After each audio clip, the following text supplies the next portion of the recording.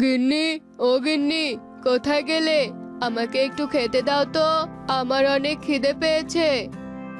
শুধু খাই খাই করো কেন? হ্যাঁ, আমি যে তোমাকে ইলিশ মাছ নিয়ে আসতে বলেছিলাম, কই এনেছো?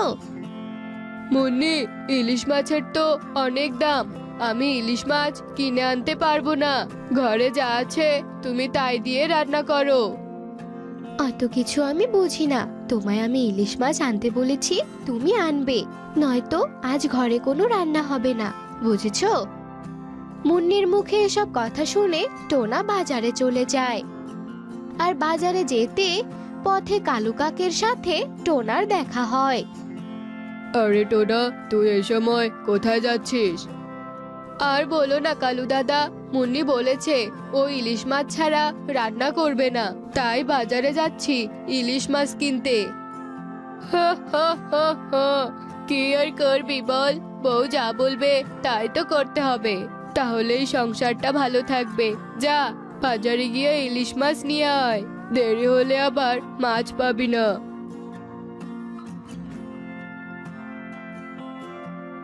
এই নাও মুন্নি, ইলিশ মাছ, এবার জমিয়ে রান্না করো তো দেখি।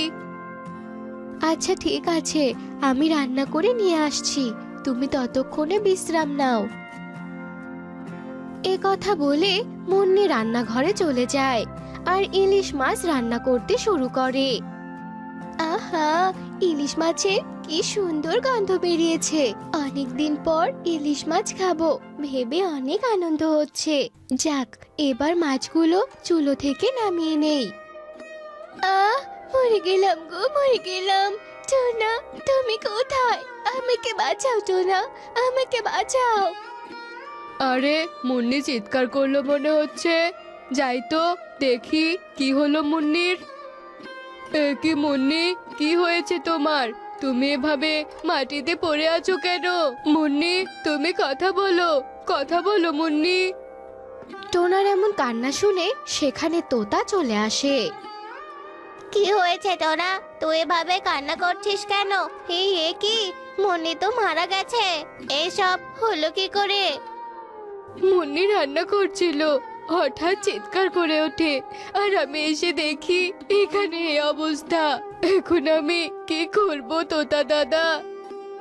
টোনা, তুই এভাবে আর কাঁদিস না, যা হওয়ার তা তো হয়ে গেছে, এখন আর কি করবি বল, যার চলে যাওয়ার সে চলে গেছে, এখন তোকে শক্ত হতে হবে। কি করে শক্ত হব দাদা, এই পৃথিবীতে মুন্নি ছাড়া যে আমার আর কেউ নেই। হে সৃষ্টিকর্তা, তুমি কেন আমাকে এত বড় শাস্তি দিলে? তুই এভাবে কাঁদলে তো অসুস্থ হয়ে পড়বি, আয় তোকে আমি ঘরে নিয়ে যাই। এরপর তোতা টোনাকে ঘরে নিয়ে যায়। আর এভাবেই বেশ কিছুদিন কেটে যায়। আর একদিন টোনা রান্না করতে করতে ভাবতে থাকে। আমি আর এত কষ্ট সহ্য করতে পারছি না, এদিকে বাড়ির কাজ করতে হয়, ওদিকে আবার বাইরের কাজও সামলাতে হয়, এখন যে আমি কি করি কিছুই তো বুঝতে পারছি না। কি রে টোনা, এ কি ভাবছিস? আর চেহারা রে কেমন অবস্থা করেছিস? কালু দাদা, তোমাকে আর কি বলবো, আমি যে একা হাতে সবকিছু আর সামলাতে পারছি না। ও, তো এই ব্যাপার। তা তুই আর কতদিন এইভাবে থাকবি বল? বলছিলাম কি, তুই এবার একটা বিয়ে করে নে। কালু দাদা, এসব তুমি কি বলছো? আমি বিয়ে করব? হ্যাঁ, তুই বিয়ে করে নে, তাহলে তোর শরীরটাও ভালো থাকবে আর মনটাও ভালো থাকবে। এ কথা বলে কালু কাক সেখান থেকে চলে যায়। আর টোনা অনেক ভেবেচিন্তে বিয়ে করার সিদ্ধান্ত নেয়। আর টোনা বিয়ে করে নতুন বউ বাড়িতে নিয়ে আসে। টুনি, আজ থেকে তুমি এই ঘরেই থাকবে, আজ থেকে এটাই তোমার বাড়ি।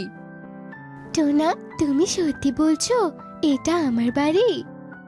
হ্যাঁ টুনি, এটা আমার আর তোমার বাড়ি, কিন্তু তুমি তো অনেকক্ষণ হলো এখানে এসেছো, আর আমি তোমাকে কিছুই খেতে দিতে পারিনি।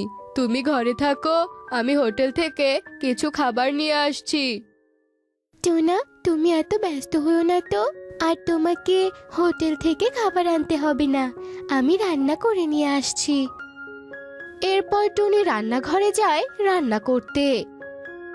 আর তখনই রান্নাঘরের জানালা দিয়ে একটা পেতনি টুনিকে দেখতে থাকে।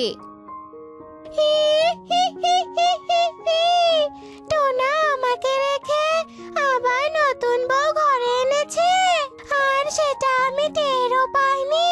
টোনা কি ভেবেছে আমাকে ছেড়ে নতুন বউকে নিয়ে সুখে সংসার করবে, আর আমি সেটা চেয়ে চেয়ে দেখবো? তা তো কিছুতেই হবে না। এই নতুন বউকে আমি টোনার কাছে যেতে দেব না, আমাকে কিছু একটা করতেই হবে। হে কি টুনি, তুমি খাবারে এত নুন দিয়েছো কেন? কি বলছো কি টোনা? খাবারে নুন বেশি হয়েছে, কিন্তু আমি তো দেখলাম সব ঠিকঠাক আছে। তাহলে কি আমি মিথ্যে কথা বলছি নাকি টুনি? তুমি একটু খেয়ে দেখো।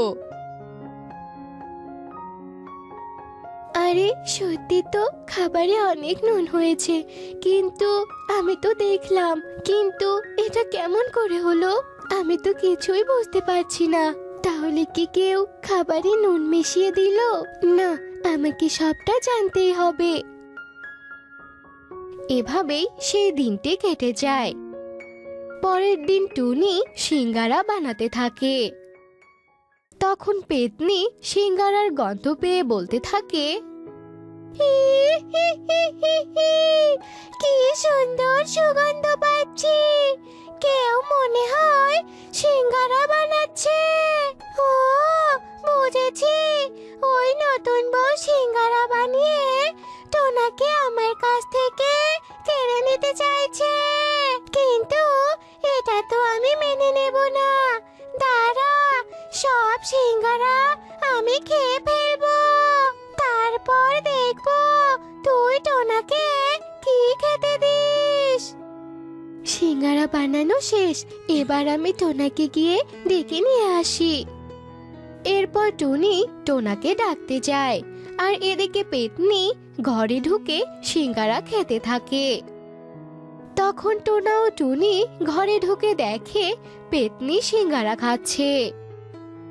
হে কি টোনা, এখানে পেতনি এলো কোথা থেকে?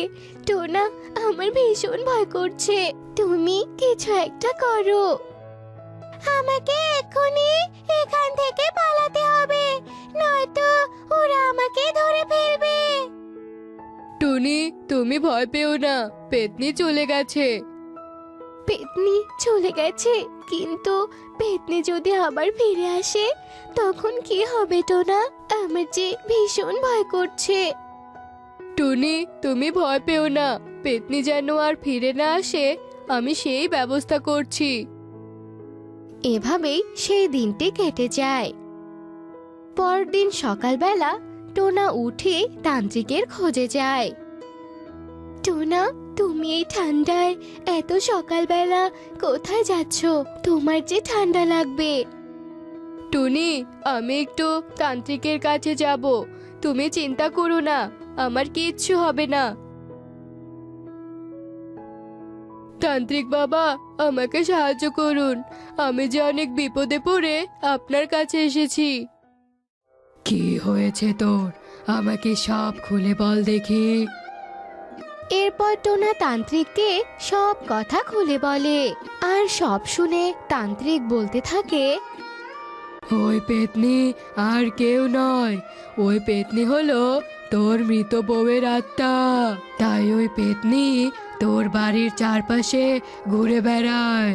ও তোর নতুন বউকে কিছুতেই মেনে নিতে পারছে না, তাই ওই পেতনি তোদের নানাভাবে জ্বালাতে চাইছে। তান্ত্রিক বাবা, আপনি কি বলছেন? ওই পেতনি আমার মৃত বউ মুন্নির আত্মা? কিন্তু মুন্নির হাত থেকে আমরা কি করে রক্ষা পাবো? আপনি বলে দিন তান্ত্রিক মশাই। মুন্নির হাত থেকে রক্ষা পাওয়ার একটাই উপায় আছে। কি উপায় তান্ত্রিক বাবা, আমাকে বলুন। তোরা যদি ওই ডাইনির হাত থেকে রক্ষা পেতে চাস তাহলে তোরা তোদের বাড়ি ছেড়ে দে। আর পাশের বনে আছে একটা কাঁঠাল বাড়ি, তোরা সেই কাঁঠাল বাড়িতে গিয়ে থাকতে শুরু কর। কাঁঠাল বাড়িতে পেতনি ঢুকতে পারবে না, তাই তোরা সেখানে সুখেই দিন কাটাতে পারবি। কিন্তু তান্ত্রিক বাবা, এই ঠান্ডায় আমরা কাঁঠাল বাড়িতে থাকবো কি করে? আমাদের তো অনেক ঠান্ডা লাগবে।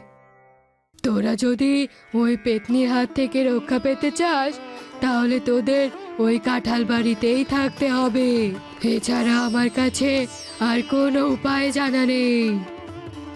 ঠিক আছে তান্ত্রিক বাবা, আমরা তাই করব। আপনাকে অনেক ধন্যবাদ তান্ত্রিক বাবা, আমাদের উপায় বলে দেওয়ার জন্য। এরপর টোনা সেখান থেকে চলে যায় আর টুনিকে সব কথা খুলে বলে। টোনা, তুমি এসব কি বলছো? আমাদেরকে এই বন ছেড়ে চলে যেতে হবে? হ্যাঁ টুনি, আমাদের এই বন থেকে চলে যেতে হবে। তুমি তাড়াতাড়ি তৈরি হয়ে নাও। এরপর টুনি পাশের বনে যাওয়ার জন্য তৈরি হয়ে নেয়। আর টোনা ও টুনি পাশের বনে গিয়ে কাঁঠাল বাড়ি খুঁজতে থাকে। অনেক খোঁজার পর তারা কাঁঠাল বাড়ি পেয়ে যায় আর দুজনে কাঁঠাল বাড়িতে থাকতে শুরু করে। আর এরপর থেকে পেতনি তাদের কিছুই করতে পারে না।